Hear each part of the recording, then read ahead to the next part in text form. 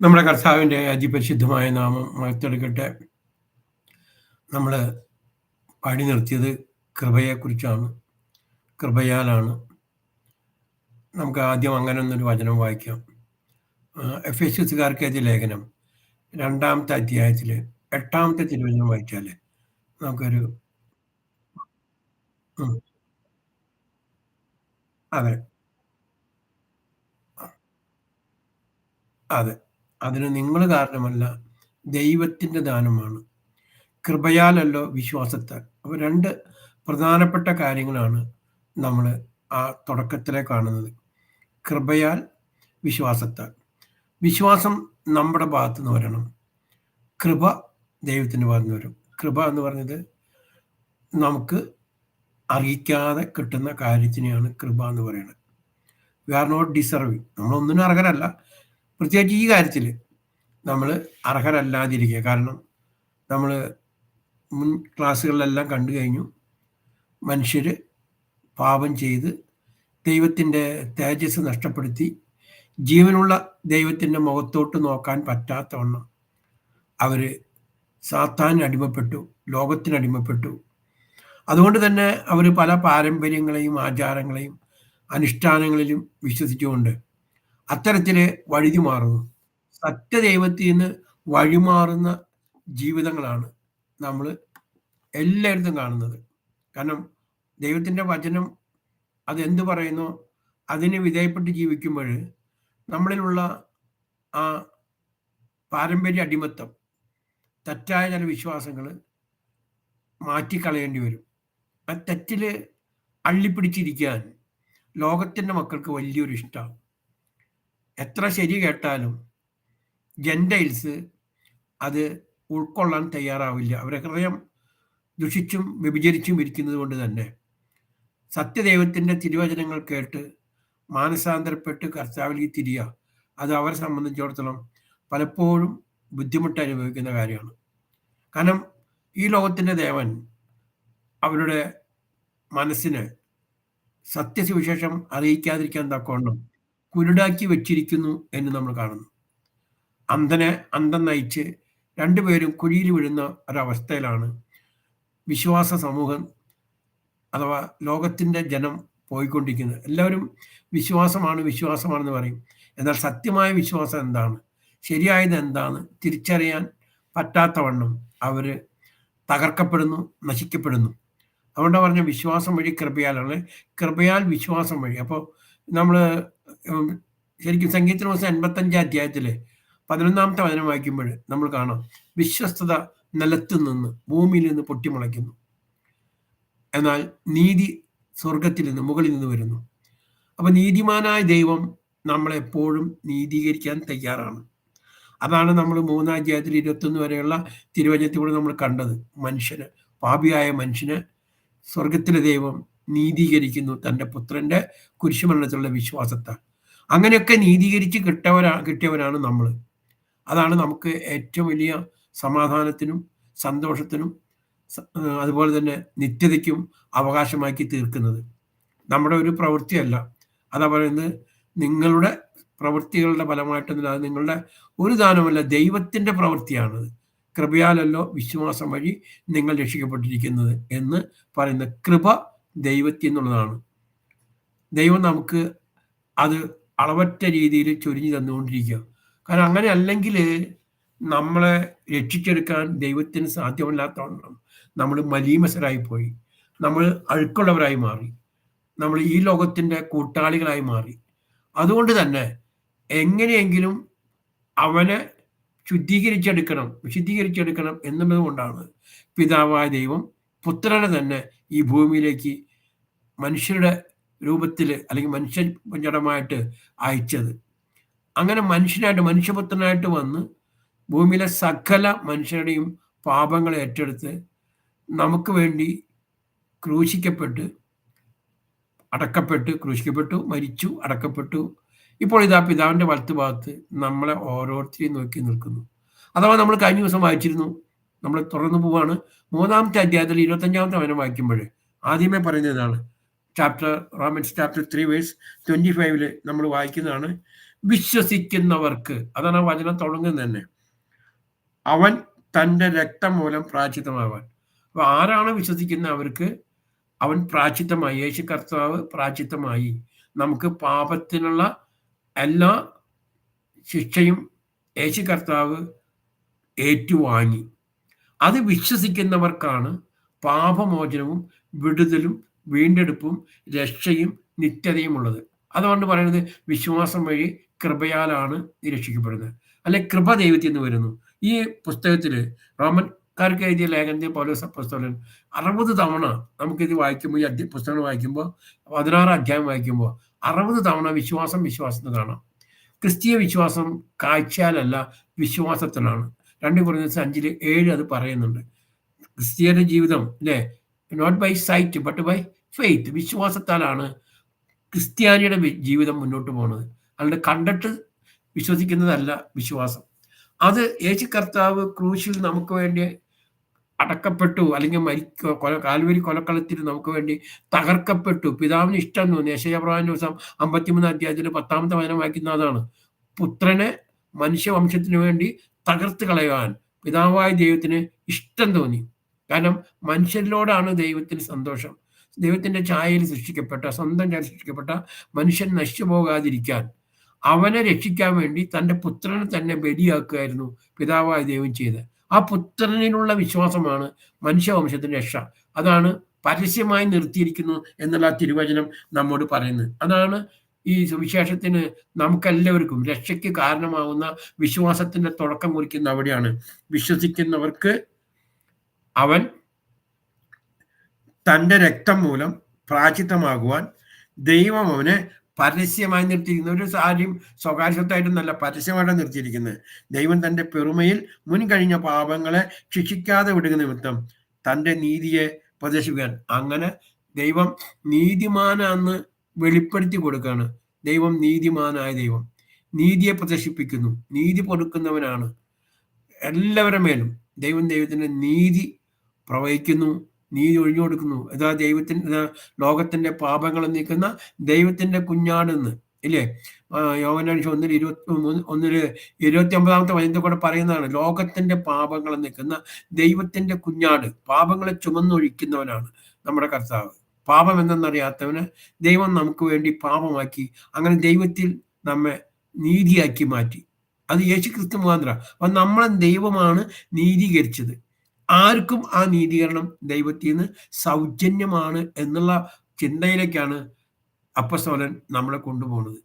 ഒരു പ്രവൃത്തിയുടെ ഫലം കൊണ്ടോ ഒരു അധ്വാനം കൊണ്ടോ ഒന്നുമല്ല. യേശുക്രിസ്തുവിന്റെ കുരിശുമരണത്താലുള്ള വിശ്വാസം ഒന്ന് മാത്രമാണ് ഒരു മനുഷ്യനെ നീതീകരിക്കുന്നത്. പാപിയായിരിക്കുന്ന മനുഷ്യനെ, മണ്ണിന്റെ മക്കളായിരിക്കുന്ന മനുഷ്യനെ ദൈവത്തിന്റെ മക്കളാക്കി മാറ്റുകയും സ്വർഗത്തിന് അവകാശിയാക്കുകയും നിത്യജീവന്റെ ഉടമസ്ഥാവകാശം നൽകുകയും ചെയ്യുന്നത് കർത്താവായ യേശു ക്രിസ്തുവിന്റെ കുരിശുമരണത്താലുള്ള വിശ്വാസമാണ്. അതാ പറഞ്ഞത് എത്രയോ തവണ ബൈബിളിൽ വിശ്വാസം വിശ്വാസം വിശ്വാസം എഴുതിയിട്ടുണ്ട്. അപ്പൊ അതാണ് നമുക്ക് തരുന്ന പ്രത്യാശ. നമ്മള് കാരണം മനുഷ്യൻ ഇത് 28-ാമത്തെ വചനം വായിക്കുമ്പോൾ, ശരി വായിക്കുമോ? 3:28 വായിക്കും.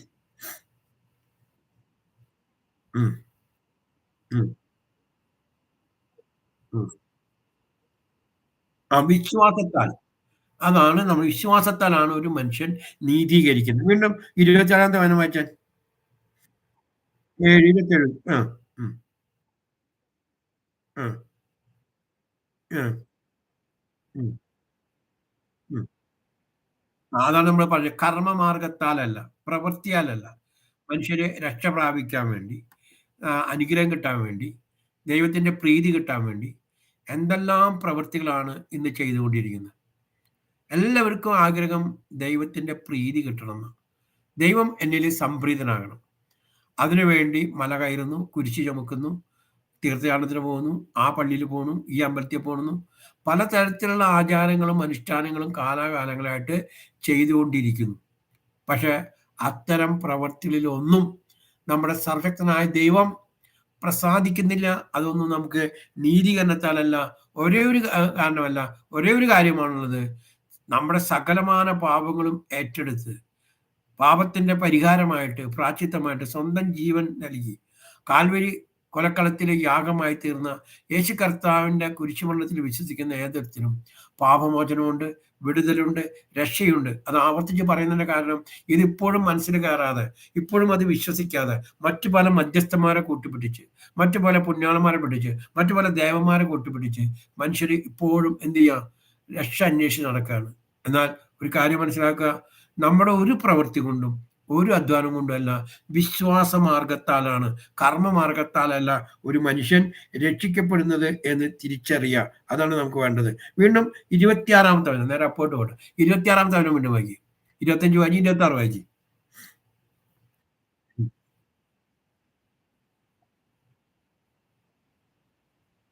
ഉം.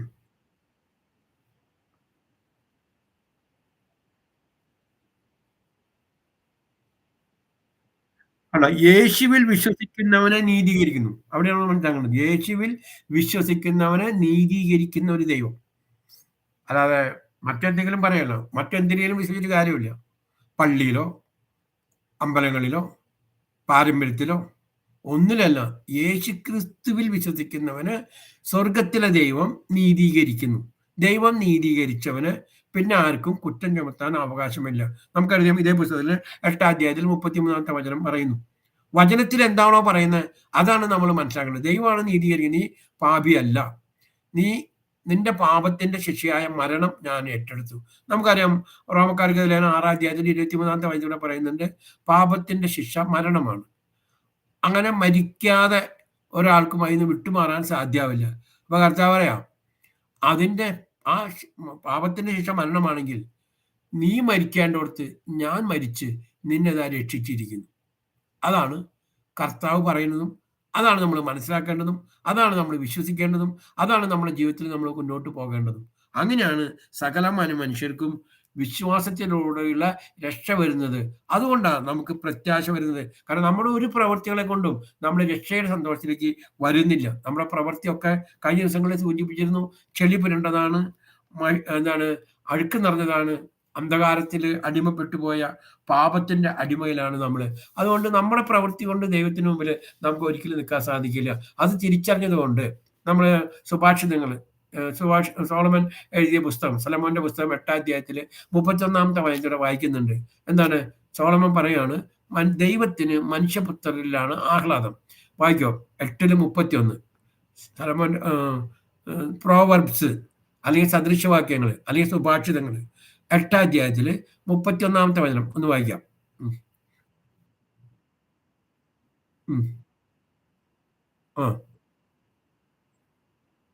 ആ എൻ്റെ പ്രമോദം മനുഷ്യപുത്രന്മാരോട് കൂടിയായിരുന്നു. നമ്മൾ ദൈവപുത്രന്മാരല്ല, നമ്മൾ മനുഷ്യന്റെ പുത്രന്മാരാണ്. അങ്ങനെയുള്ള മനുഷ്യപുത്രന്മാരോടാണ് കർത്താവിന് പ്രമോദം. പ്രമോദം എന്ന് വെച്ചാൽ സന്തോഷം. അപ്പോൾ നമ്മോട് കൂടിയിരിക്കുക, നമ്മോട് കൂടെ വസിക്കുക, അതിനാണ് ദൈവത്തിന്റെ ആഗ്രഹം. കാരണം ദൈവമാണ് നമ്മളെ സൃഷ്ടിച്ചത്. അപ്പോൾ ദൈവം നമ്മളെ സൃഷ്ടിച്ചപ്പോൾ നമ്മൾ ആദ്യ പിതാക്കന്മാർ മുഖാന്തരം തന്നെ പാപം ചെയ്ത് ദൈവത്തിൽ നിന്ന് അകന്നു പോയി. അപ്പൊ നമ്മളെ കർത്താവിന്റെ കൂടെ ഇരുത്താൻ സാധിക്കില്ല. അത്രയും അഴുക്ക് നിറഞ്ഞവരും ചെളി നിറഞ്ഞവരും പാപശാപഗ്രസ്തങ്ങളിൽപ്പെട്ടവരുമാണ് നമ്മൾ. അപ്പൊ അതിൽ നിന്ന് നമ്മളെ വിടുവിക്കണമെങ്കിൽ കർത്താവ് ന്യായപ്രമാണം കൊടുത്തു. അവരോട് യാഗങ്ങൾ കഴിക്കാൻ പറഞ്ഞ് എന്തൊക്കെ ചെയ്താലും ഇതൊക്കെ അവർക്ക് എന്താണ് പാപം എന്നുള്ളൊരു ബോധ്യം നൽകാന്നല്ലാതെ അത് പൂർണ്ണമായിട്ട് അനുസരിക്കാനോ അതിൽ കൂടെ പാപമോചനം നേടാനോ അവർക്ക് സാധ്യമാവുന്നില്ല. അതുകൊണ്ടാണ് കാലത്തിന്റെ തികവിൽ, ഫുൾനെസ് ഓഫ് ടൈം, കാലത്തിന്റെ സമ്പൂർണതയിൽ സ്ത്രീയുടെ സന്തതിയായി യേശു കർത്താവിന് ഈ ഭൂമിയിലേക്ക് സ്വർഗത്തിലെ ദൈവം അയക്കുന്നത്. അത് പിതാവിന്റെ ഇഷ്ടം മുഴുവൻ നിറവേറ്റി സകലമാന മനുഷ്യരുടെയും പാപം ഏറ്റെടുത്തു. അങ്ങനെ നമുക്ക് വേണ്ടി മരിച്ച് ഇതാ ഇപ്പോഴ് പരസ്യമായി നിർത്തിയിരിക്കുക, രക്തം പുരണ്ട കൈകളോടുകൂടി കുരിശിൽ ചുമന്ന ആ രക്തം വാർന്നൊലിക്കുന്ന അതേ രീതിയിൽ നമ്മൾ ഉള്ളുകൊണ്ട് കണ്ടാൽ നമുക്ക് വേണ്ടി പീഡ സഹിച്ച്, നിന്ന സഹിച്ച്, അപമാനങ്ങളേറ്റ്, മുൾക്കിരീടം ചൂടി, താടിമീശ പിടിച്ചു വലിക്കുമ്പോഴും പറിച്ചു പിടിക്കുമ്പോഴും ഒക്കെ അത് തടഞ്ഞാതെ സ്വയം ഏൽപ്പിച്ചു കൊടുത്ത, അല്ലേ, രോമം കത്തിരിക്കാൻ കൊണ്ടുപോകുന്ന കുഞ്ഞാടിനെ പോലെ മോഹമായി നിന്ന കുഞ്ഞാടിനെ ഇതാ പരസ്യമായി നമുക്ക് നിർത്തി തന്നിരിക്കുന്നു. ഈ നിർത്തിയിരിക്കുന്ന കുഞ്ഞാടിന്റെ മുഖത്ത് നോക്കി നമ്മളെ രക്ഷ പ്രാപിക്കണമെന്ന് പിതാവായ ദൈവം വീണ്ടും വീണ്ടും നമ്മോട് പറയുന്നു. നമ്മുടെ ഒരു പ്രവൃത്തിയും നമ്മുടെ ഒരു അധ്വാനവും ഒരു ചടങ്ങുകളും ഒന്നുമല്ല. അതുകൊണ്ടാണ് പത്രോസ് ലേഖനം എഴുതിയപ്പോൾ 1 പത്രോസ് 1 അധ്യായത്തിൽ 18, 19, 20 പറഞ്ഞു, നിങ്ങളുടെ പിതാക്കന്മാരുടെ വ്യർത്ഥ പാരമ്പര്യങ്ങളിൽ നിന്ന് കിട്ടിയ എന്താണ് എല്ലാ വിഡിതങ്ങളിൽ നിന്നും നിങ്ങളെ വിടുവിച്ചിരിക്കുന്നു. അതായത് സ്വർണ്ണമോ വെള്ളിയോ പോലുള്ള നശ്വര വസ്തുക്കളെ കൊണ്ടല്ല, കറയും കളങ്കമില്ലാത്ത കുഞ്ഞാടിൻ്റേത് പോലുള്ള നിഷ്കളങ്ക രക്തം കൊണ്ട് നിങ്ങളെ വീണ്ടെടുത്തിരിക്കുന്നു. നിങ്ങളുടെ പിതാക്കന്മാർ കിട്ടിയ വ്യർത്ഥ പാരമ്പര്യങ്ങളിൽ നിന്ന്. അപ്പൊ നമുക്ക് പാരമ്പര്യമായിട്ട് കിട്ടിയിരിക്കുന്നത് പിതാക്കന്മാരിൽ നിന്ന് കിട്ടിയെന്ന് പറയുന്നത് വ്യർത്ഥമായിരിക്കുന്ന, വില കൊള്ളാത്ത, മറ്റുള്ളവരുടെ മുമ്പിൽ പറയാൻ പറ്റാത്ത കുറെ പാരമ്പര്യങ്ങളുടെ പൊള്ളയായ വാഗ്ദാനങ്ങൾ കെട്ടിപ്പിടിച്ച് നമ്മൾ അതിൽ തന്നെ പോകുമ്പോൾ ദൈവമായിട്ടുള്ള ബന്ധം നമുക്ക് നിഷേധിക്കപ്പെടുന്നു. അതുകൊണ്ട് നമ്മളത് അറിയണം. അത് കർത്താവിൻ്റെ എപ്പോഴും ആഗ്രഹം നമ്മൾ കാര്യങ്ങളെ അറിയണമെന്നാണ്. മനുഷ്യർ അറിഞ്ഞ് ദൈവത്തെ സ്നേഹിക്കണം. യെശയ്യാപ്രവാചകന്റെ പുസ്തകം 43 അധ്യായത്തിൽ 10-ാമത്തെ വചനത്തിലൂടെ കർത്താവ് പറയുന്നതാ, നിങ്ങൾ എന്നെ അറിഞ്ഞ് വിശ്വസിച്ച് എനിക്ക് വേണ്ടി വിശ്വസ്ത സാക്ഷികളായിരിക്കണം. അല്ലാതെ പാരമ്പര്യങ്ങളോ അല്ലെങ്കിൽ ലോകത്തിലോ മറ്റ് സമുദായ സംഘടനകളോ രാഷ്ട്രീയ സംഘടനകളോ ഒക്കെ പറയുന്ന പോലെ മുമ്പിൽ പറഞ്ഞത് അങ്ങനെ തന്നെയെന്ന് പറഞ്ഞ് വെറുതെ ഓശാന വിളിക്കാനല്ല. എന്താണ് ഞാൻ നിങ്ങൾക്ക് വേണ്ടി ചെയ്തിരിക്കുന്നത്, ഞാൻ നിങ്ങളെ എന്തിൽ നിന്നാണ് വിടിവിച്ചിരിക്കുന്നത് എന്ന് നിങ്ങൾ അറിഞ്ഞ് ആ അറിവിൽ വിശ്വസിച്ച് അതനുസരിച്ച് നിങ്ങൾ ഫലം പുറപ്പെടുവിക്കുന്ന മക്കളാകണമെന്ന് സ്വർഗത്തിലെ ദൈവം ആഗ്രഹിക്കുന്നു. അത് 100 മേനിയാവാം, 60 മേനിയാവാം, 30 മേനിയാവാം, എത്രയായാലും കർത്താവിന് വേണ്ടി ഫലം പുറപ്പെടുവിക്കാനാ ലോകത്തിന്റെ വിവിധ ഭാഗങ്ങളിൽ നിന്ന് സ്വർഗത്തിലെ ദൈവം നമ്മളെ ഓരോരുത്തരെയും പേർ ചൊല്ലി വിളിച്ച് കർത്താവിന്റെ രാജ്യത്തിലോട്ട് ചേർക്കുന്നത്. കർത്താവിന്റെ സ്വർഗരാജ്യത്തിന്, ആ സ്വർഗരാജ്യത്തിന്റെ വ്യാപ്തിക്ക് വേണ്ടി പ്രവർത്തിക്കാൻ, അതിന്റെ കെട്ടുപണിക്ക് ഉപയോഗിക്കാവുന്ന നല്ല ഉപകരണങ്ങളാക്കാനാണ് ദൈവം നമ്മളെ വിളിച്ച് ചേർക്കുന്നത്. അതുകൊണ്ട് പറയാം, നമ്മുടെ പ്രവൃത്തി കൊണ്ടൊന്നും നമുക്ക് ഒരിക്കലും ദൈവസന്നിധിയിൽ ചെന്ന് ഞാൻ അത് കഴിഞ്ഞ ദിവസം നമ്മൾ ചിന്തിച്ചതാ, നീതിമാന് പരിസേന്റെയും ചുങ്കക്കാരൻ്റെ ഒക്കെ പ്രാർത്ഥന. ചുങ്കക്കാരൻ എൻ്റെ മേൽ കരുണയാകണമേ എന്നാ പറഞ്ഞ്. നമുക്ക് അത്രേ പറയാനുള്ളൂ, എൻ്റെ പാപം ക്ഷമിക്കണമേ എന്ന് പറയേണ്ട കാര്യമില്ല. കാരണം നമ്മൾ വിശ്വസിക്കുമ്പോൾ നമ്മുടെ പാപം ക്ഷമിച്ചു കഴിഞ്ഞു. അവിടെയാണ് മനുഷ്യന് മനസ്സിലാവാത്ത കാര്യം. എന്നിട്ട് നമ്മൾ പറഞ്ഞു, ഞങ്ങളുടെ മേൽ കരുണയാവണേ, കരുണ കാണിക്കുന്ന കരുണാമയനായ ദൈവത്തിന്റെ മുമ്പിലാണ് നമ്മൾ ഇരിക്കുന്നത്. കാരണം നമ്മളെ മേലെ കരുണ കാണിച്ചില്ലെങ്കിൽ, നമ്മളോട് കരുണ ഇല്ലെങ്കിൽ നമുക്ക് ഒരിക്കലും ദൈവസന്നിധി ചെല്ലാൻ സാധിക്കില്ല. ഓൾറെഡി പാപം ക്ഷമിച്ചിട്ടുണ്ട്, ആ കരുണ നമ്മുടെ മേലെ വർഷിച്ചാൽ കാര്യം കഴിഞ്ഞു. അപ്പൊ ദൈവം അതിനു വേണ്ടിയാ ആ ചുങ്കക്കാരൻ പ്രാർത്ഥിച്ച് അകലെ മാറിന്ന്. പരിസയന്റെ പോലെ ഒരു നീതീകരണം ആ ചുങ്കക്കാരൻ കാണിച്ച ലൂക്കോസ് സുവിശേഷം 13 അധ്യായത്തിൽ നമ്മൾ അത് കാണുന്നുണ്ട്. അപ്പൊ തിരിച്ചറിയേണ്ടത്, എപ്പോഴും നമ്മൾ ദൈവസന്നിധിയിൽ ഒരു പ്രവൃത്തി കൊണ്ടും നീതീകരിക്കുന്നില്ല. ദൈവം നീതീകരിക്കുന്നവൻ.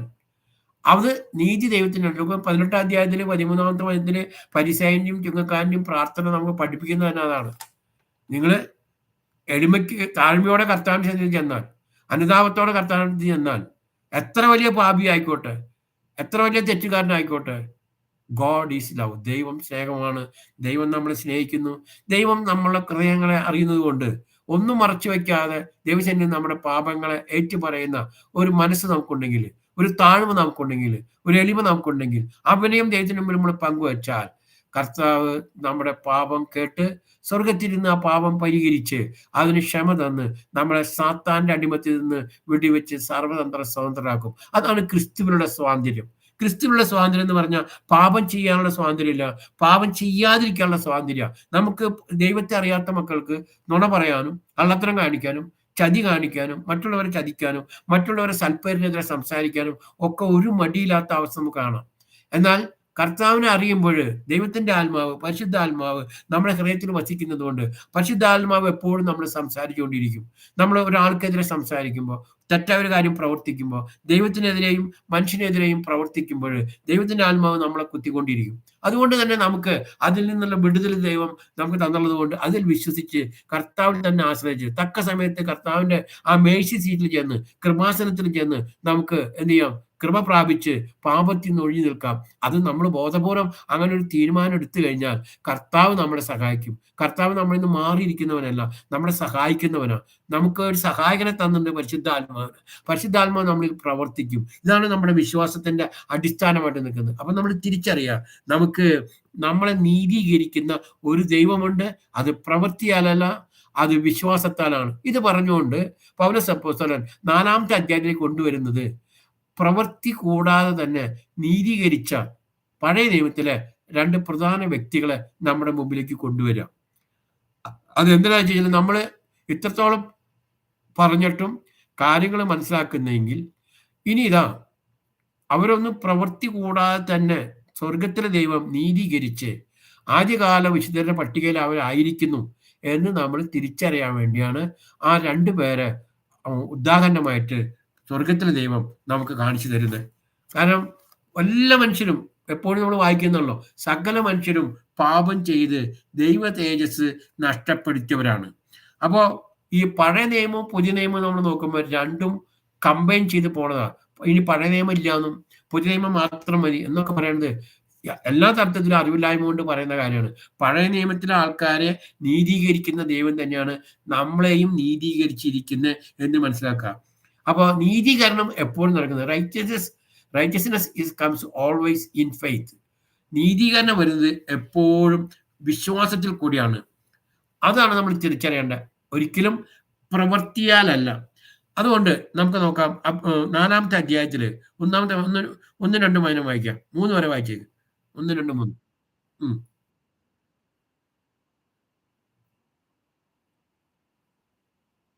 ഉം.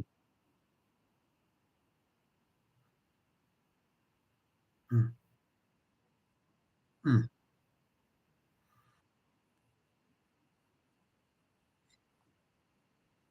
അതെ. അബ്രഹാം ദൈവത്തിൽ വിശ്വസിച്ചു. അത് അവന് നീതിയായിട്ട് കണക്കാക്കപ്പെട്ടു. ഈ ഒരൊറ്റ കാര്യം അബ്രഹാം ചെയ്തത്. മനസ്സിലായോ? അബ്രഹാം ദൈവത്തിൽ വിശ്വസിച്ചു. അത് അവന് നീതിയായിട്ട് കണക്കാക്കപ്പെട്ടു. അപ്പൊ പ്രവൃത്തിയാലല്ല. പറയാണ് നമ്മുടെ പൂർവ്വപിതാവായ അബ്രഹാം, ഞാൻ പറഞ്ഞ 2 പേര്, അബ്രാഹത്തിനും ദാവീദിനെയാണ് 2 പേരെയാണ് നമ്മുടെ മുമ്പിൽ കൊണ്ടു നിർത്തിയാണ്. 2 പേരും ദൈവസന്നിധിയിൽ തെറ്റായ പല കാര്യങ്ങളും ചെയ്തു. അബ്രഹാം നുണ പറഞ്ഞു, സാറേനെ പെങ്ങളാന്ന് പറഞ്ഞു. അങ്ങനെ പല പല കാര്യങ്ങളും നമ്മൾ നോക്കുമ്പോൾ തെറ്റിൽ കൊണ്ട് കടന്നു പോയവരാണ്. അതുകൊണ്ടാണ് പറയണത്, സ്വർഗത്തിലെ ദൈവം പറയുന്നു, ആദാമ്യ സന്തതികൾ മുഴുവൻ പാപം ചെയ്ത് ദൈവത്തിന്റെ തേജസ് നഷ്ടപ്പെട്ടവരാ. ദാവീദിനെ കുറിച്ച് നമുക്ക് പ്രത്യേകിച്ച് പറയേണ്ട കാര്യമില്ല, എന്തെല്ലാം പാപങ്ങൾ ചെയ്തെന്ന് നമുക്കറിയാം. അപ്പൊ ഇങ്ങനെ പാപത്തിനായിരിക്കുന്ന, അപ്പൊ അങ്ങനെ വരുമ്പോ അവരുടെ പാപം എടുത്ത് പറയുമ്പോൾ നമ്മൾ തിരിച്ചറിയേണ്ടത് നമ്മളും പാപികളാണല്ലോ. അത് നമ്മൾ ഉൾക്കൊണ്ടാൽ മതി. നമ്മൾ പാപികളാണ്. നമ്മൾ പാപികളായിരിക്കെ തന്നെ നമുക്ക് വേണ്ടി ക്രൂശിൽ തൂങ്ങി മരിച്ച് നമ്മളെ പാപത്തിൽ നിന്ന് വിടുവിച്ച് നമ്മളെ വിശുദ്ധീകരിച്ച് നമ്മളെ നിത്യതയ്ക്ക് സ്വർഗത്തിന് അവകാശിയാക്കി. അത് കഴിവുള്ള ഒരുത്തനാണ് ചെയ്തത്. ദൈവം നീതിമാനായതുകൊണ്ട് വില കൊടുക്കാതെയല്ല നമ്മൾ നീതീകരിച്ചെടുത്തത്. നമുക്ക് 1 കൊരിന്ത്യർ 6-ാം അധ്യായത്തിലൊക്കെ വായിക്കുന്നുണ്ട്. നമ്മളെ വില കൊടുത്ത് വാങ്ങിയതാ കർത്താവ്. എന്ത് വില കൊടുത്തത്? ജീവൻ കൊടുത്തു, പ്രാണം കൊടുത്തു. നമുക്ക് ആർക്കൊക്കെ എന്ത് ചെയ്യാൻ പറ്റും? നിങ്ങൾ അടുത്ത ഒന്ന് ചിന്തിച്ചു നോക്കാം. നിങ്ങൾ കല്യാണത്തിന് പോകുമ്പോൾ, മറ്റെന്തെങ്കിലും കാര്യങ്ങൾക്ക് നിങ്ങൾ പോകുമ്പോൾ, നിങ്ങൾ ആ ബന്ധുക്കൾക്ക്, സ്നേഹിതർക്ക് പല ഗിഫ്റ്റും കൊടുത്തിട്ടുണ്ടായിരിക്കും. പല പല ഗിഫ്റ്റും. അതില് ഏറ്റവും വില കൂടിയ ഗിഫ്റ്റ് എന്താ? നിങ്ങളൊന്ന് ഇപ്പൊ സ്വയം ഒന്ന് ചിന്തിച്ചു നോക്കിയാൽ. ഏറ്റവും വില കൂടിയ ഗിഫ്റ്റ്, ഇപ്പൊ നിങ്ങളുടെ ഏറ്റവും വേണ്ടപ്പെട്ട ആൾക്കാർക്ക് നിങ്ങൾ കൊടുത്ത ഏറ്റവും വില കൂടിയ ഗിഫ്റ്റ് എന്താണ്? ഒന്ന് ചിന്തിച്ചാല് നിങ്ങൾക്ക് മനസ്സിലേക്ക് കടന്നു, ഞാൻ അവന് സ്വർണം കൊടുത്തു, അല്ലെങ്കിൽ ഇത്രയും പൈസ കൊടുത്തു. ഇപ്പൊ ചിലർ പറയും, ഒരു ഞാൻ എൻ്റെ ഒരു ലിവർ കൊടുത്തു, ലിവറിന്റെ പകുതി കൊടുത്തു, കിഡ്നി കൊടുത്തു, ഇതൊക്കെ കൊടുത്തു. പക്ഷേ നമ്മുടെ കർത്താവ് നമുക്ക് വേണ്ടി തന്നത് ഒരു ചെറിയ ഭാഗമല്ല, പൂർണ്ണമായിട്ടും ജീവൻ തന്നെ തരാ ചെയ്തത്. ഇതിനേക്കാളും വലിയൊരു ഗിഫ്റ്റ് മനുഷ്യവംശത്തിന് കൊടുക്കാനില്ല. സഹോദരന് വേണ്ടി ജീവൻ ബലിയർപ്പിച്ചതിനേക്കാൾ വലിയ സ്നേഹമില്ലെന്ന് നമ്മളെ പഠിപ്പിച്ച കർത്താവ് അത് പറഞ്ഞു പോകല്ല ചെയ്ത്, അത് പ്രവൃത്തിയിൽ കൂടെ ചെയ്ത് നമ്മളെ വീണ്ടെടുത്തു. സഹോദരന് വേണ്ടി ജീവൻ ബലി അർപ്പിക്കുന്ന 49-ാം സങ്കീർത്തനം 7-ാമത്തെ വചനത്തിൽ വായിക്കുന്നുണ്ട് അല്ലേ? സഹോദരൻ പടുകുഴി കാണാതിരിക്കാൻ വേണ്ടി ജീവന്റെ വില കൊടുക്കാൻ ആർക്കും സാധിക്കും. അതിനുവേണ്ടി സ്വയം ജീവന്റെ വില കൊടുത്തവനാണ് കർത്താവായ യേശു ക്രിസ്തു. ആ ജീവന്റെ വില എത്രയോ അധികമാണ്. അത് കൊടുത്തിട്ടാണ് നമ്മളെ വീണ്ടെടുത്തിരിക്കുന്നത്. അപ്പൊ അബ്രാഹാം വിശ്വസിച്ചു, അത് നീതിയായിട്ട് കണക്കാക്കപ്പെട്ടു എന്ന് പറഞ്ഞാൽ അത് പ്രവൃത്തിയാലല്ല, അത് വിശ്വാസത്താൽ തന്നെയാണ്. അവിടെയാണ് നമ്മൾ തിരിച്ചറിയേണ്ടത്. അബ്രാഹാം പ്രവൃത്തിയാൽ നീതീകരിക്കപ്പെട്ടു എങ്കിൽ അവന് പ്രശംസിക്കാൻ സംഗതിയുണ്ട്. ഇപ്പൊ നമ്മളും അങ്ങനെ ചിന്ത, ഞാൻ വേളാങ്കണ്ണിയെ പോയി, ഞങ്ങൾ ശബരിമലയ്ക്ക് പോയി, ഞങ്ങൾ മലയാറ്റൂര് പോയി, ഞങ്ങൾ കുളം എവിടേക്കാണെങ്കിൽ ഞങ്ങൾ പോയി, അവിടെയൊക്കെ പോയി ഞങ്ങൾ ഇത്ര തീർത്ഥാടനം നടത്തി, ഇത്ര കുരിശ് ചുമന്നു, ഇത്ര ശൂലം തറച്ചു, ഇത്ര അമ്പലത്തിന് ചുറ്റും ഉരുണ്ടു, നിർമ്മാല കഴിച്ചു. അല്ലെങ്കിൽ പെരുന്നാൾ കഴിച്ചു, ഊട്ട് നടത്തി. ഇങ്ങനെ തുടങ്ങി നമ്മളൊക്കെ ചെയ്തുകൊണ്ടിരിക്കുന്ന ഓരോ കാര്യങ്ങളെക്കുറിച്ച് അല്ല ഞങ്ങളെ കുറച്ച് പേർക്ക് പൈസ കൊടുത്തു. ഒരാൾക്കാരെ കല്യാണത്തിന് സഹായിച്ചു. ഇങ്ങനെയൊക്കെ പല പല കാര്യങ്ങൾ പറഞ്ഞുകൊണ്ട് സ്വയം നീതീകരിച്ച്, സ്വയം ശരിയാണ് സെൽഫ് ജസ്റ്റിഫിക്കേഷൻ നടക്കുക. പക്ഷേ ആ വക പ്രവൃത്തികളിലെല്ലാം ഒന്നും ദൈവം നീ പ്രസാദിക്കുന്നില്ല. കാരണം സകല പ്രവൃത്തികളും ചെളി പുരണ്ടതും, അഴുക്ക് നിറഞ്ഞതും, സ്വാർത്ഥം നിറഞ്ഞതുമാണ്. അതുകൊണ്ട് തന്നെ നമുക്ക് എന്താണ് മനുഷ്യന്റെ ഹൃദയത്തിലെ ഭാവങ്ങൾ വളരെ വ്യത്യസ്തമാണ്. ഹൃദയവിചാരങ്ങളെ അറിയുന്ന കർത്താവിനറിയാം അവനെ വിശ്വസിക്കാൻ പറ്റില്ലാന്ന്. അതാ കനായിലെ കല്യാണത്തിന് വീഞ്ഞുണ്ടാക്കി കഴിഞ്ഞിട്ട് കണ്ടപ്പോൾ അവരുടെ പേരൊക്കെ വിശ്വസിച്ചു. അപ്പൊ കർത്താവ് പറഞ്ഞു, "ഞാൻ നിങ്ങളെ വിശ്വസിക്കുന്നില്ല. കാരണം യോഹന്നാൻ 2 അധ്യായത്തിൽ 24, 25 വായിക്കുമ്പോൾ നമുക്കറിയാം. എന്താ കർത്താവ് പറഞ്ഞത്? നിങ്ങളിലുള്ളത് എന്താന്ന് ഞങ്ങൾക്കറിയാം.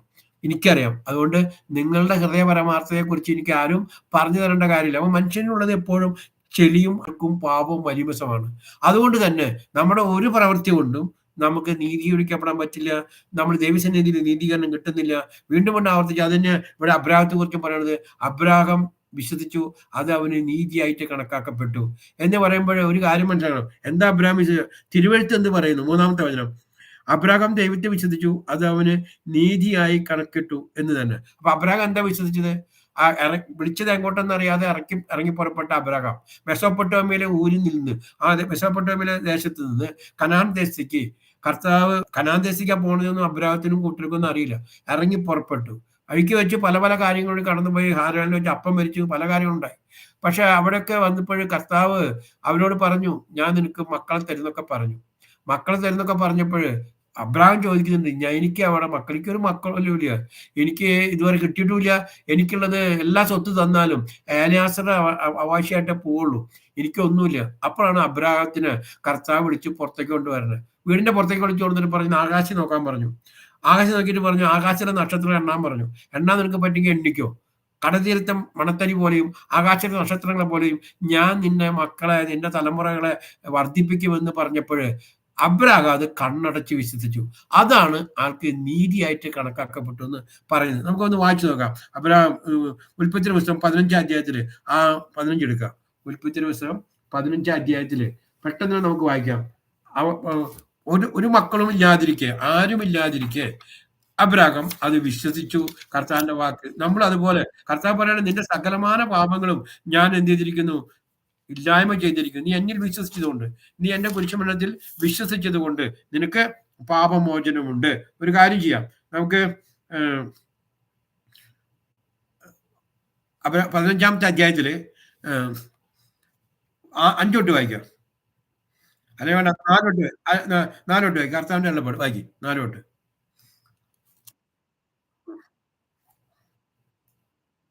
ഉം.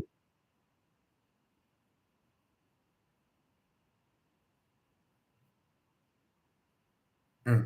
നിന്റെ ഉദരത്തിൽ പുറപ്പെടുന്നവൻ തന്നെ ഏലിയാസറിന്റെ മക്കളോ മറ്റുള്ള മക്കളോ ഒന്നല്ല, അല്ലെങ്കിൽ ഗാഗാറ് പറഞ്ഞതൊന്നല്ല. ഗാഗാറും സാറയും കൂടി ആവശ്യമില്ലാത്ത പറഞ്ഞപ്പോ അബ്രാഹാം വീണ്ടും ജഡപ്രകാരം എന്ത് ചെയ്തു? മക്കളുണ്ടാവാൻ പണി കൊടുത്തു. ഇതന്നെ അബ്രാഹത്തിന്റെ തെറ്റുകളുടെ എണ്ണത്തിൽ ഇങ്ങനെ വരുമ്പോൾ നമുക്ക് മനസ്സിലാക്കാൻ സാധിക്കും. ദൈവം പറഞ്ഞ് വിശ്വസിക്കാതെ ജഡപ്രകാരം ജഡത്തിന് താല്പര്യം കൊടുത്ത് എന്ത് ചെയ്തു? ഹാഗാറില് ഹാഗാറിനെ പ്രാപിക്കാതെ വന്നു. ഇവിടെ കർത്താവ് പറയുന്നുണ്ട്, നിന്റെ ഉദരത്തിൽ നിന്ന് തന്നെ നിനക്ക് കുട്ടി ഉണ്ടാവുന്നു. പക്ഷെ അതിന് കാത്തുന്നില്ല. അതാണ് തെറ്റുകൾ. വായിക്കാം. ഉം. 4 തൊട്ട്. ഉം. ഉം. ഉം. ആ. ആ. ആ. നിന്റെ സന്തതിയിൽ ഇതുപോലെ ആയിരിക്കും. പിന്നെ സ്ഥലത്ത് പറയണ്ട്, കടത്തീരത്തെ മണത്തൈ പോലെ. ഇപ്പോൾ അബ്രാഹാം ഈ യഹൂദന്മാരുടെ പിതാവാണ്. ഇല്ലേ? മുസ്ലിങ്ങളുടെയും പിതാവാണ്. ഈവൻ ക്രിസ്ത്യാനികളുടെയും വിശ്വാസത്തിന്റെ പിതാവാണ് അബ്രഹാം. അതാണ് ലോകത്തിലെ ജനസംഖ്യ മുഴുവൻ.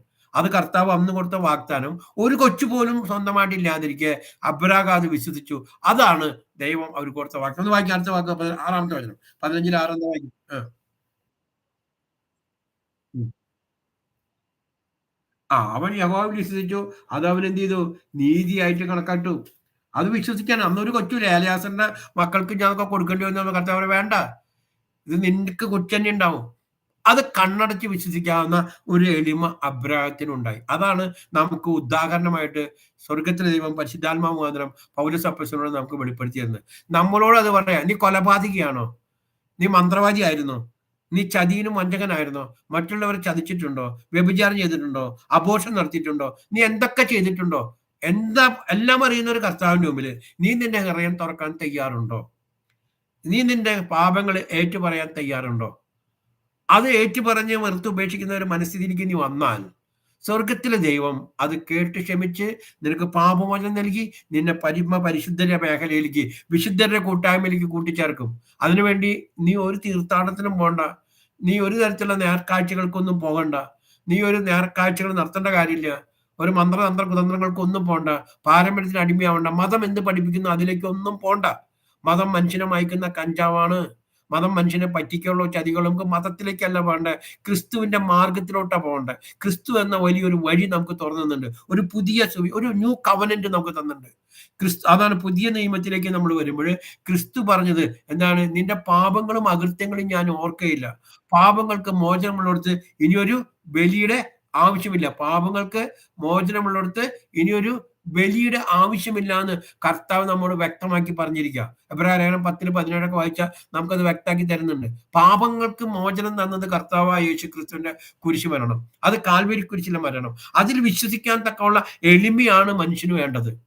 അവന്റെ അന്ധതയിൽ നിന്ന് അവന്ന് മാറിപ്പോകുന്ന അവസ്ഥയുണ്ടോ? തുടർന്ന് നമ്മൾ വായിക്കുമ്പോൾ അപ്പൊ അബ്രഹാം വിശ്വസിച്ചു, അത് അവന് നീതിയായി കണക്കാക്കപ്പെട്ടു. പിന്നെ 4-ാമത്തെ വചനം വായിക്കും.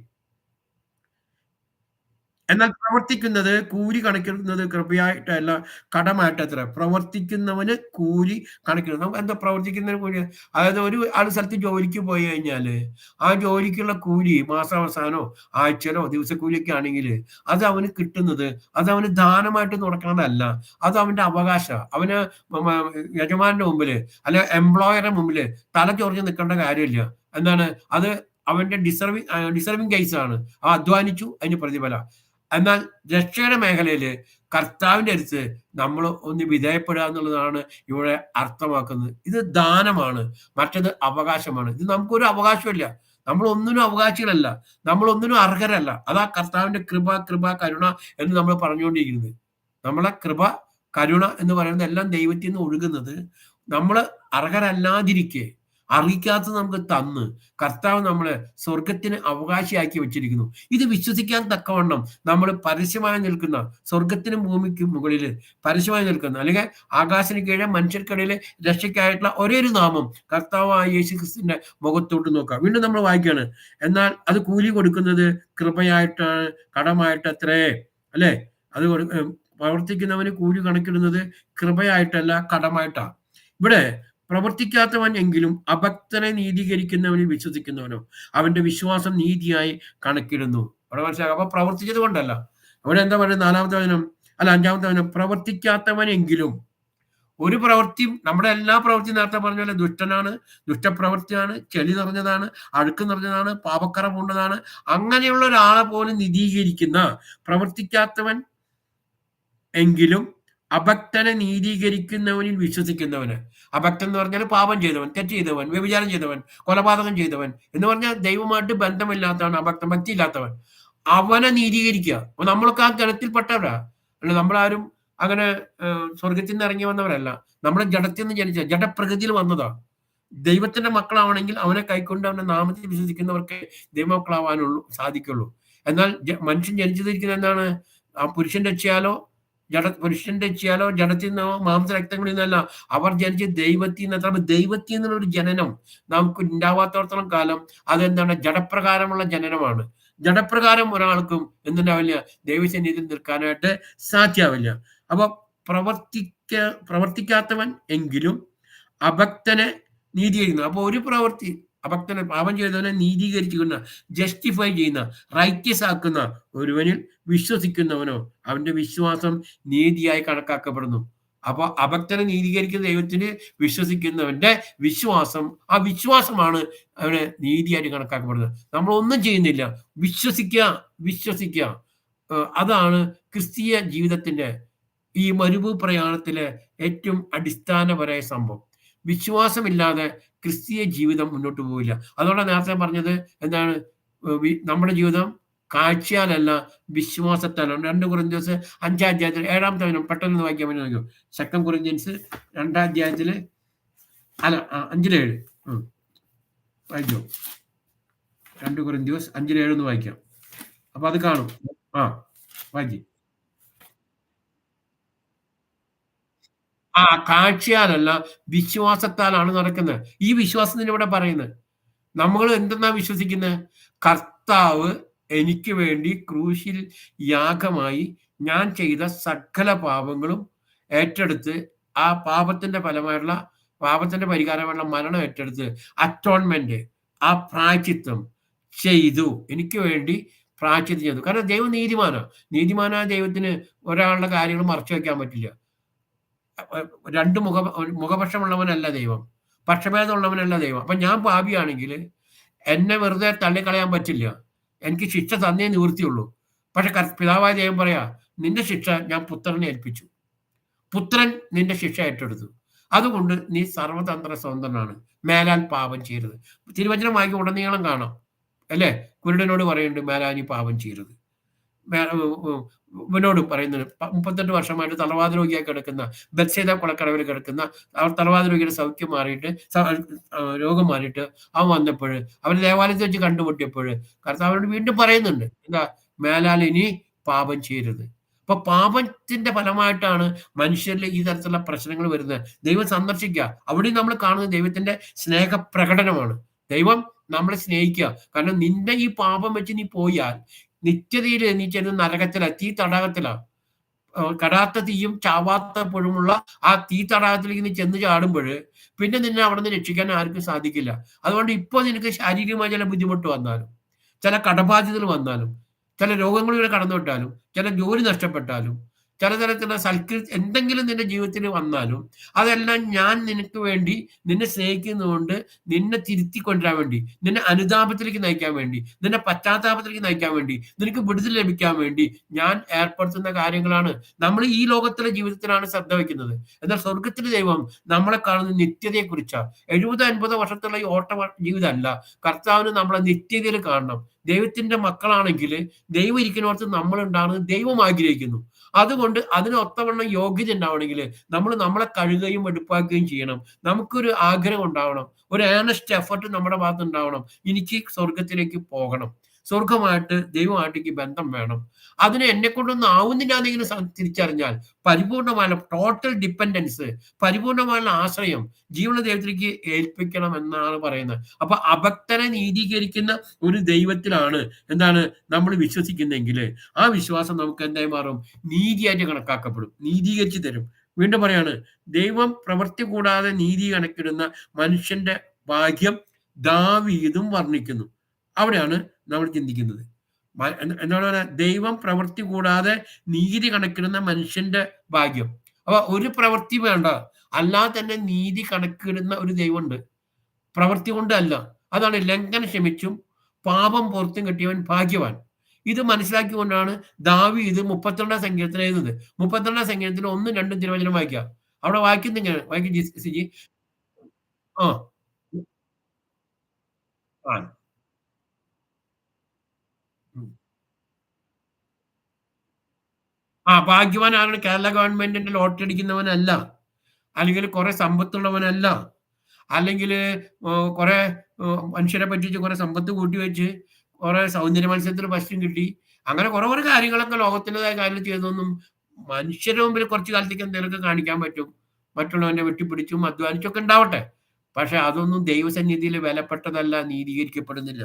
ലംഘനം ക്ഷമിച്ചും പാപം പൊറുത്തും കിട്ടിയവനാണ് ഭാഗ്യവാൻ. ദൈവം പാപം കണക്കിലിടാതിരിക്കുന്ന ആത്മാവിൽ പാപമില്ലാത്ത അവനാണ് ഭാഗ്യവാനായിട്ട് പറയുന്നത്. അല്ലേ? രണ്ടാമത്തെ വചനം ഒന്നുകൂടി വായിച്ചേ. 32 ആ. ആ, യഹോവ അകൃത്യങ്ങൾ, നമ്മുടെ അകൃത്യങ്ങള്, നമ്മുടെ ഇന്നിക്വിറ്റീസ്, നമ്മുടെ പാപങ്ങളെ യഹോവ കണക്കിടുന്നില്ല. മനുഷ്യര് പലതും പറയും. മനുഷ്യർക്ക് എപ്പോഴും നമ്മൾ നന്മ ചെയ്ത് നമ്മൾ നല്ല രീതിയിൽ വന്നെന്ന് പറഞ്ഞാലും അതിനെ അംഗീകരിക്കാൻ ഒരിക്കലും അവന് പറ്റില്ല. അതുകൊണ്ട് അവരിങ്ങനെ നിന്ദയും അപമാനങ്ങളും ഒക്കെ ചെയ്തുകൊണ്ടേയിരിക്കും. അതുകൊണ്ട് പറഞ്ഞ യഹോവ അകൃത്യം കണക്കിടാത്തവൻ. യഹോവ ആ ആ യഹോവ അകൃത്യം കണക്കിടാതിരിക്കണം. അതോടൊപ്പം തന്നെ എന്താണ്? നമ്മുടെ മനസ്സില് കാപട്യം ഇല്ലാതിരിക്കുക. ഒരാളെയും എതിരായിട്ട് നമുക്ക് കള്ളത്തരത്തിലോ ചതിയിലോ ഒന്നും പറയാൻ പറ്റാത്ത ഒരു അവസ്ഥയിലും കൂടിയാണ് നമ്മള് എങ്കില് അത് അവനാണ് ഭാഗ്യവാൻ. ഒരു ഭാഗ്യ പദവി നമുക്കുണ്ട്. വേറെ ഒരു ക്രിസ്തീയ വിശ്വാസത്തില് മറ്റൊരു ഭാഗ്യത്തെക്കുറിച്ചും പറയുന്നില്ല.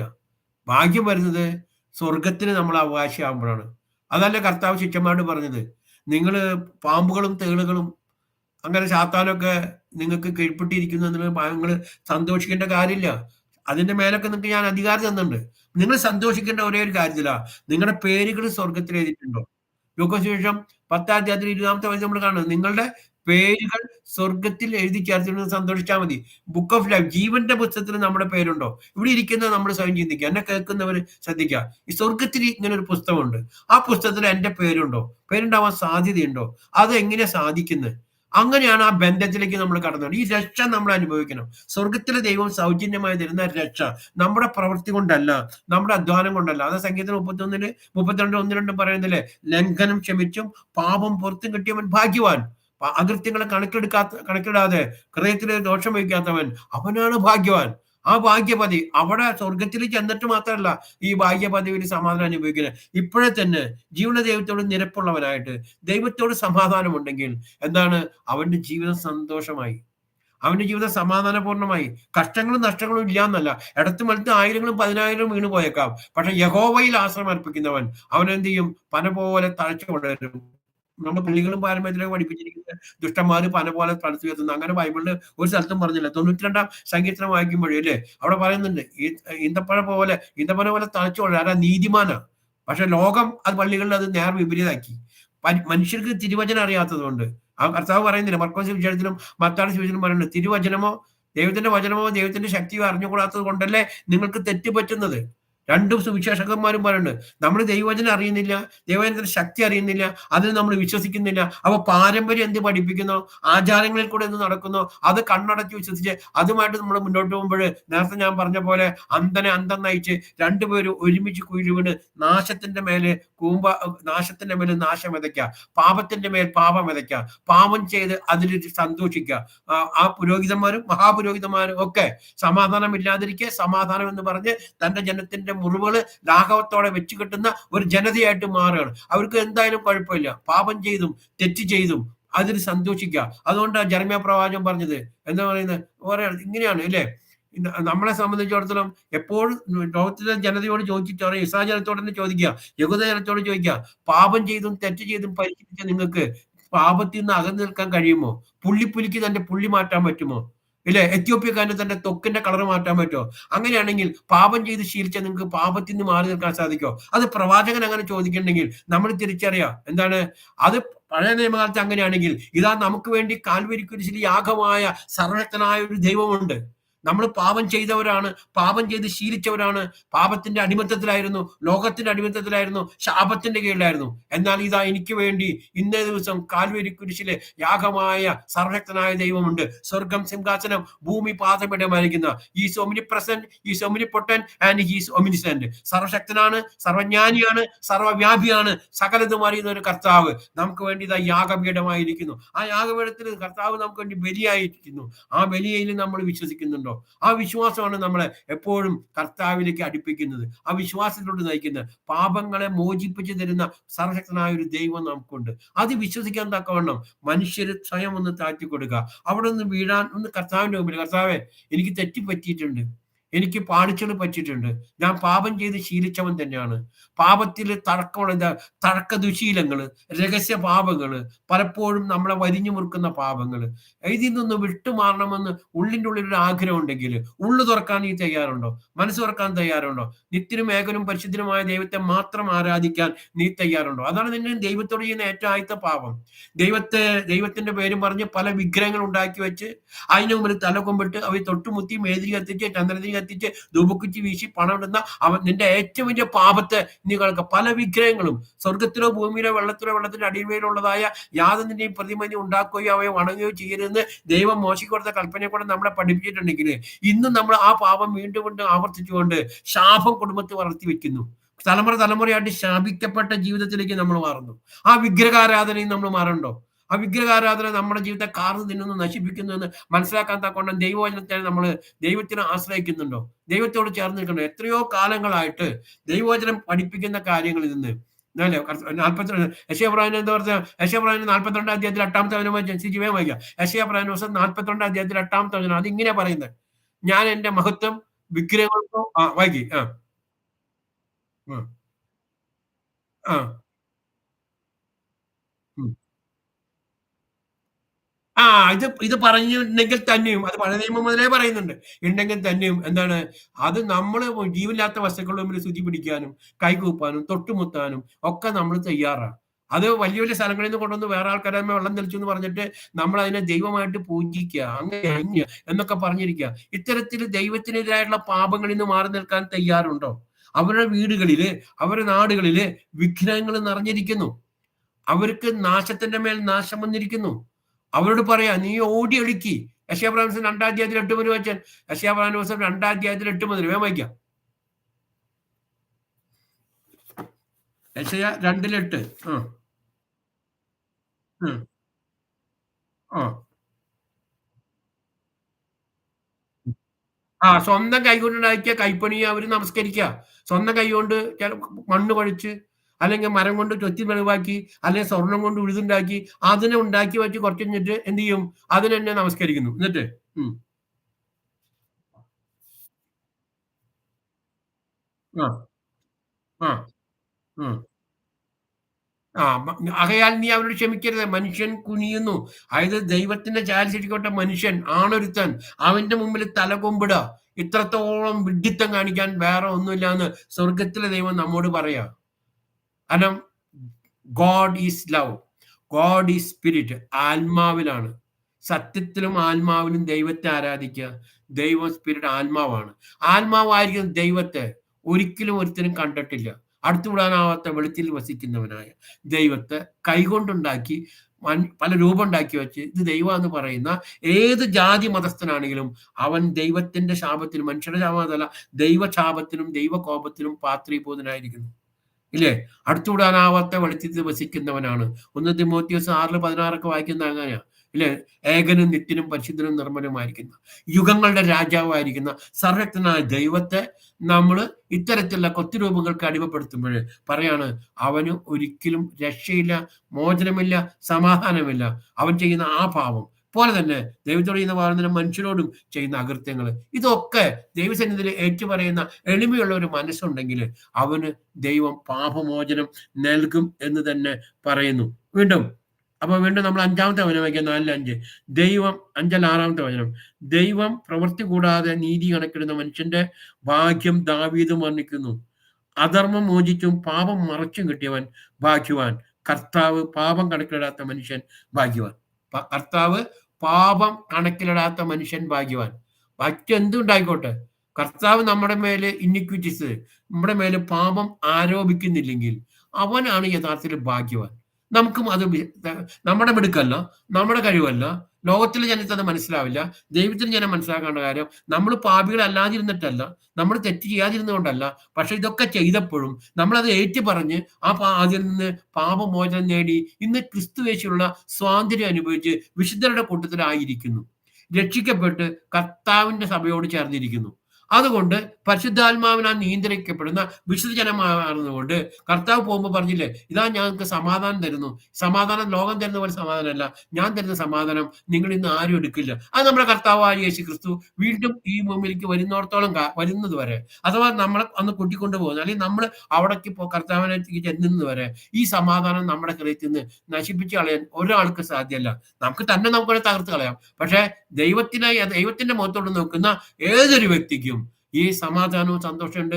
ഞാൻ നേരത്തെ പറഞ്ഞ പോലെ അനേകം കഷ്ടപ്പാടും കൂടി പ്രയാസങ്ങളും കൂടിയാണ് നിങ്ങൾ സ്വർഗ്ഗരാജ്യത്തിൽ പ്രവേശിക്കേണ്ടതെന്ന് അപ്പോസ്തലൻ പറയുമ്പോൾ തന്നെ ഇതിന്റെ എല്ലാ മധ്യത്തിലും നമുക്ക് സമാധാനമുണ്ട്, സന്തോഷമുണ്ട്, പ്രത്യാശയുണ്ട്, ഉണർവുണ്ട്, ഉന്മേഷമുണ്ട്, ഐശ്വര്യമുണ്ട്, നാളെക്കുറിച്ച് ഉറപ്പുണ്ട്.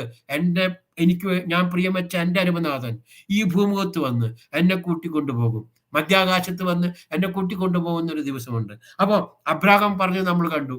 പ്രവൃത്തികൾ കൂടാതെ നീതീകരിക്കുന്ന ഒരു ദൈവമുണ്ട്. പ്രവൃത്തി കണക്കെടുക്കാത്ത ഒരു ദൈവമുണ്ട്. പ്രവൃത്തി കൊണ്ട് ഒന്നും നമ്മൾ നീതീകരിക്കപ്പെടില്ല. വിശ്വാസത്താലാണ്. വിശ്വാസം വഴി കൃപയാൽ. അല്ലെ കൃപയാലുള്ള വിശ്വാസത്താലാണ് നമ്മൾ നീതീകരിക്കുന്നത്. അപ്പൊ അബ്രാഹത്തിനെ കുറിച്ച് നമ്മൾ കണ്ടു. ഇനി നമ്മൾ പഠിക്കേണ്ടത് ദാവീദിനെ കുറിച്ചാണ്. 2 പ്രധാനപ്പെട്ട ഉദാഹരണങ്ങളാണ് പൗലോസ് അപ്പോസ്തലൻ പരിശുദ്ധാത്മാവിന്റെ നിറവിൽ നമുക്ക് കാണിച്ചു തരുന്നത്. ഈ 2 കാര്യത്തിലും ദാവീദ് പ്രവൃത്തി അബ്രാഹത്തിന്റെ പ്രവൃത്തി അല്ല, അബ്രാഹത്തിന്റെ നീതിയായി കണക്കേണ്ടത് അവന്റെ വിശ്വാസമാണ്.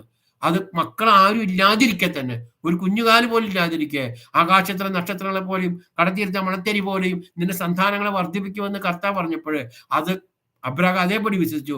അത് അവന് നീതിയായി കണക്കിട്ടു. എന്ന് പറഞ്ഞ പോലെ നിന്റെ പാപങ്ങളും ഞാൻ പൊറുത്തിരിക്കുന്നു എന്ന് ഹൃദയത്തിലെ പരിശുദ്ധാത്മാവ് നമ്മോട് പറയുമ്പോൾ അത് വിശ്വസിച്ച് പാപമില്ലാത്തവനായി വിശുദ്ധനായി പാപത്തെ തുടരാതെ പാപത്തെ വെറുത്തുപേക്ഷിച്ച് ജീവിക്കുന്ന ആരാണോ അവന് ദൈവിക സമാധാനമുണ്ട്. അവനെ സ്വർഗത്തെ ദൈവം നീതിമാൻ എന്ന് വിളിക്കുന്നു. ആ നീതിയുടെ പക്ഷത്തേക്ക് വരാം. നമുക്ക് തുറന്നും ദിവസങ്ങളിൽ ചിന്തിക്കാം, പ്രാർത്ഥിക്കാം. കർത്താവെ, സ്വർഗീയ പിതാവേ, നന്ദി പറയുന്നു. അവിടുത്തെ കൽപ്പിച്ച വചനങ്ങൾക്കായി സ്തോത്രം. അവിടുന്ന് ഇന്ന് കൊട്ടിവരുത്ത എല്ലാവരെയും ഓർത്ത് പ്രാർത്ഥിക്കുന്നു. അനുഗ്രഹിക്കണം. വചനത്തിന്റെ നിറവിലേക്ക് വരുവാൻ, പ്രത്യാശയിലേക്ക് വരുവാൻ, അവരുടെ പ്രയാസങ്ങളിലേക്ക് വരണമേ എന്ന് പ്രാർത്ഥിക്കുന്നു. വിശ്വാസം വർദ്ധിപ്പിക്കണമേ. കൃപയാൽ വിശ്വാസത്തിലാണ് രക്ഷിക്കപ്പെട്ടിരിക്കുന്ന ബോധ്യത്തിൽ ഓരോ മക്കളും വളർന്ന് കർത്താവിനെ ഫലം പഠിക്കുന്നവരായി മാറുവാൻ സ്വർഗത്തെ ദൈവമേ അനുഗ്രഹിക്കണമേ എന്ന് പ്രാർത്ഥിക്കുന്നു. വീണ്ടും ദൈവജനത്തിൽ വളരുവാൻ ശക്തമായ തീരുമാനം എടുത്ത് കർത്താവിന് വേണ്ടി ജീവിക്കാൻ സഹായിക്കണമേ എന്ന് പ്രാർത്ഥിക്കുന്നു. പ്രാർത്ഥനയുടെ സ്തോത്രം. സകലമാത്തോടെ നിൽക്കണം. സർവ്വം സമർപ്പിക്കുന്നു. ദയവായി സ്വീകരിക്കണമേ ഞങ്ങളുടെ സ്വർഗീയ പിതാവേ. ആമേൻ. ആമേൻ.